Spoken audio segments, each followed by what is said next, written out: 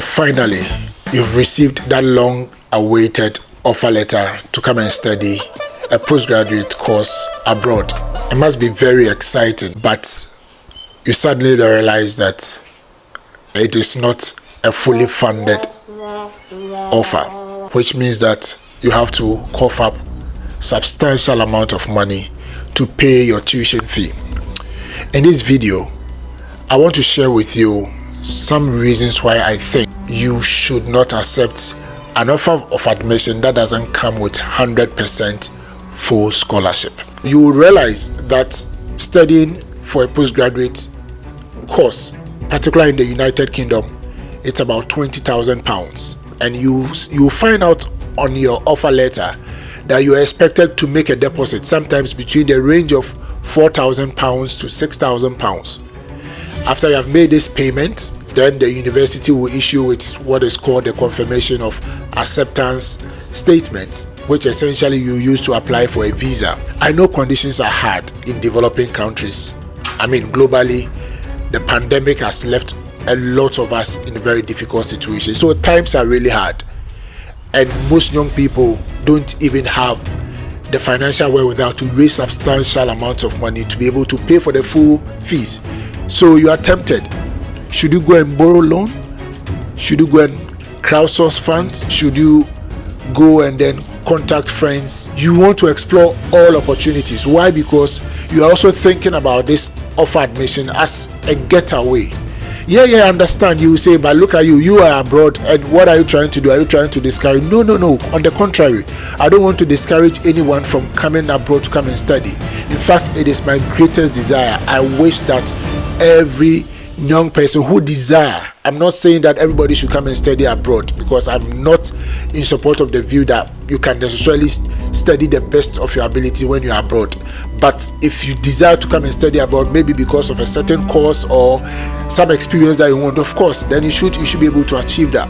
But what I'm saying is that when you get the admission to study, think about these four things, because having to pay £6,000 when you don't have would mean that you have to borrow, and you don't first of all want to start your academic journey with debt. So raising that £6,000 will get you in. You come to the United Kingdom, and then you think that, okay, I am coming to work and also study. Now, I want to make it very clear to you, it is not an easy task combining working to study.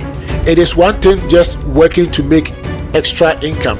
It is quite another thing working to support your study, working to pay your tuition fee, working to feed yourself. And on top of that, you have got all your coursework, all the lectures, and everything that you have to do.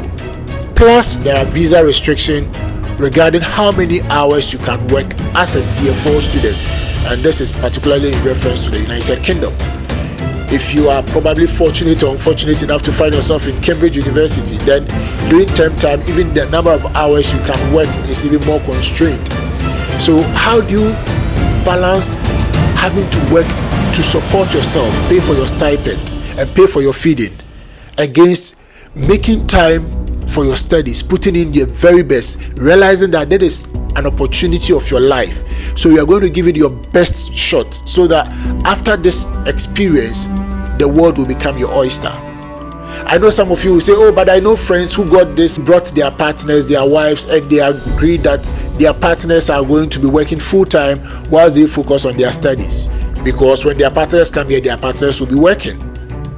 Well, myself and my wife, we have been through that experience. There is no guarantee that when your partner joins you in the United Kingdom, when you have started your program in September, in that same month, your wife will find a job. I'm just telling you the reality. Sometimes, and I'm saying sometimes, it can take up to about 6-7 months to find a job.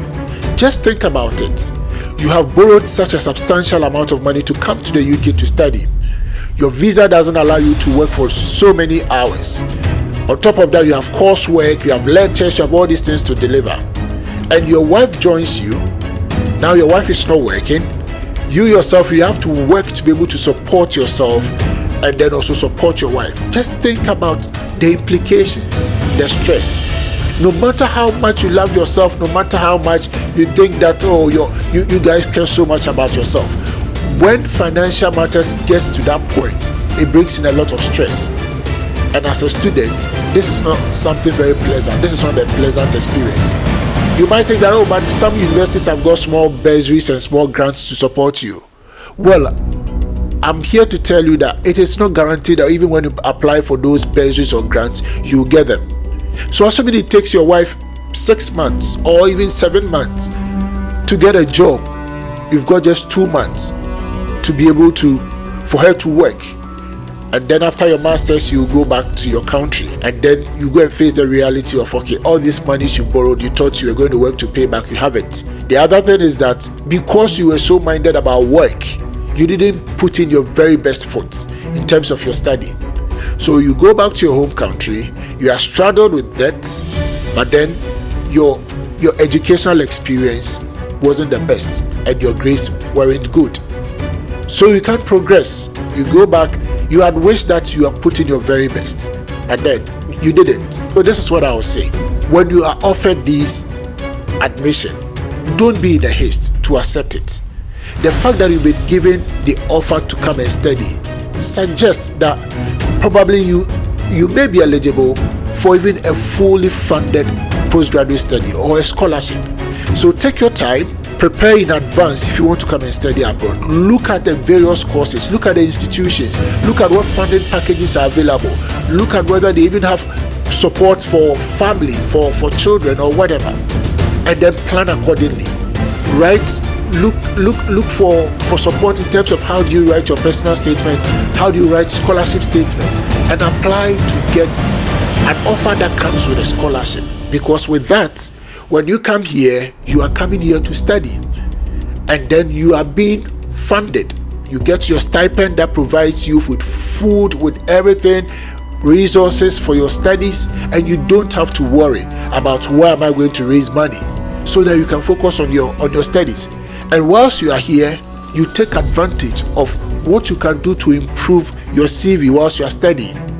You can take up volunteering roles, you can be a research assistant, you can do small tutorial group, a lot of things that you can do that at the end of the day, it will feature on your CV that the 12 months or the 10 months you came to spend in the UK as a postgraduate student, you really made very good use of it. And that you weren't all around chasing jobs, doing all sorts of jobs. So at the end of the day, you can't put them on your CV. So I guess what I'm just trying to emphasize is that as much as it is indeed very tempting, be a little patient, put in the effort, look, do your research, read the program that you want to study, look at the package, what grants, what bursaries, what scholarships are there. If it's not a fully funded scholarship and you don't happen to come from a very, very affluent home where you don't need to worry about funding, then my very good friend, I will entreat you, don't just jump on it and then come. Don't go and borrow money and come. Don't go on off a sudden, go and get married to a partner, get them a visa and come to the UK. Trust me, it wouldn't be a pleasant experience. If you take your time, you do your research, you apply early, speak to people who are already studying here, I am very sure you would get some programs that would offer you fully funded scholarship. And you can contact, you can reach out to me, you can reach out to Lordina, you can leave us a message and we will respond. This is the Juvenile Issues in Cambridge. I will encourage you to like our videos, subscribe, share it with a friend, share it with a family. I really care about young black scholars who come here and they experience the frustration and the stress that comes with being in a foreign country without a lot of social support. So this will be all for today, and I hope that you carefully consider this as you receive these tantalizing offers. Bye bye.